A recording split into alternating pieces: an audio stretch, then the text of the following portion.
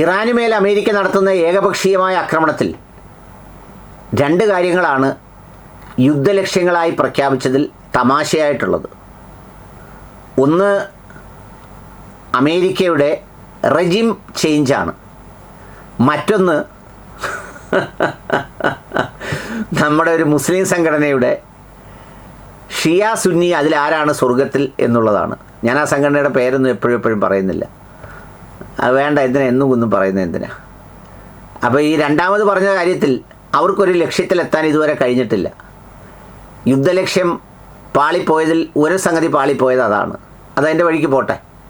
പക്ഷേ മറ്റൊരു സ്ഥലത്ത് വളരെ രസകരമായ തമാശ അമേരിക്കയുടെ റെജിം ചേഞ്ചാണ്. ട്രംപ് എന്തൊരു പുകിലായിരുന്നു. റെജിം ചേഞ്ച് നടപ്പിലാക്കും, എനിക്ക് കൂടി ഇഷ്ടമല്ലാത്തവർ അവിടെ ആവില്ല, അവർ വന്നേ ആവുള്ളൂ. എന്നിട്ട് അവിടെ പെഹലവിക്ക് 2 പാൻറ് ഉടുപ്പും കോട്ടും ഒക്കെ തയ്പ്പിച്ചിട്ട് കൊടുത്ത് പുള്ളിയെ നേരെ ഫ്ലൈറ്റിൽ കൊണ്ടുവന്ന് ഇറാനിലിറക്കി അവിടുത്തെ ഭരണമൊക്കെ നടത്താനായിട്ട്. സത്യം പറഞ്ഞാൽ അവിടെ ആകെ നടന്ന റെജിം ചേഞ്ച് എന്താണെന്നറിയോ?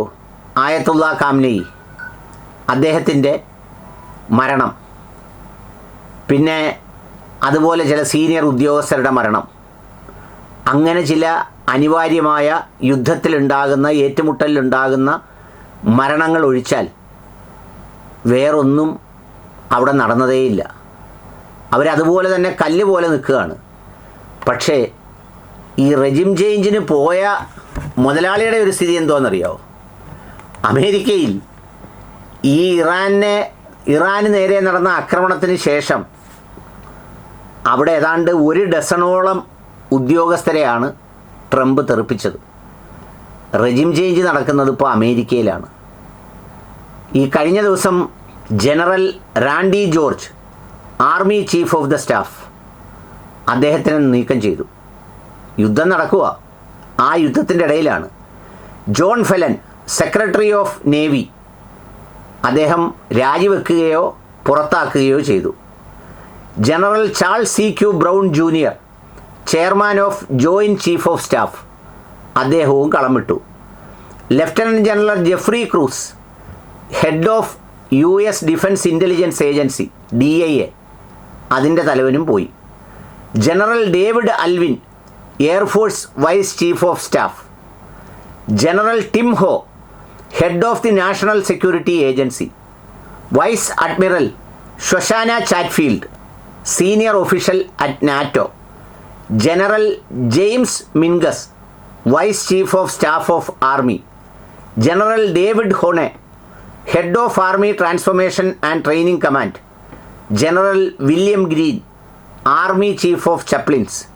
Vice admiral Nancy Lacore and rear admin Milton Sands. ഇവരെല്ലാവരും ഈ സ്ഥാനങ്ങളിൽ നിന്ന് മാറിയവരാണ്. എന്ന് പറഞ്ഞാൽ 12 പേരോളം ഈ സമയത്തിനിടയ്ക്ക് മാറ്റിയിട്ടുണ്ട്.